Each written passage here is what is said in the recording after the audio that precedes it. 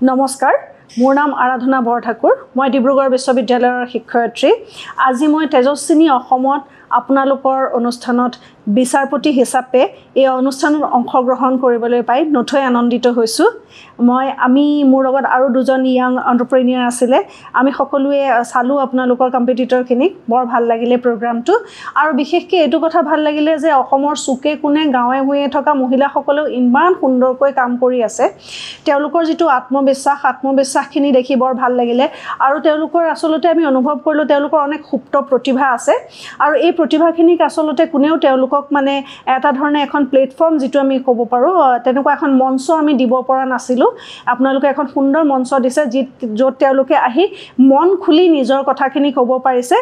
আৰু আমি গুটেইখিনি সোৱাৰ পাছত এটা অনুভৱ কৰিলো যে তেওঁলোকে যিখিনি বস্তু উৎপাদন কৰি আছে উৎপাদনৰ ক্ষেত্ৰত কোনো সমস্যা নাই তেওঁলোকে সুন্দৰকৈ উৎপাদন কৰি আছে কিন্তু আমি সমস্যা দেখিলো বিশেষকৈ তেওঁলোকৰ যিখিনি বস্তু আছে সেইখিনি বজাৰত কেনেকৈ বিক্ৰী কৰিব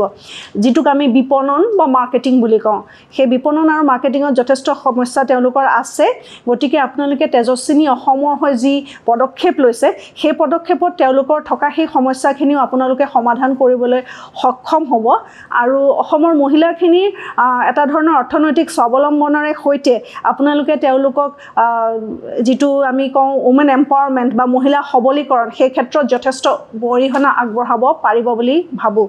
আৰু আপোনালোকৰ এই সুন্দৰ যাত্ৰাত সংগ দিবলৈ আমাক মাতি অনাৰ কাৰণে আমি যথেষ্ট আনন্দিত হৈছো আপোনালোকলৈ ধন্যবাদ আৰু শুভেচ্ছা জনাইছো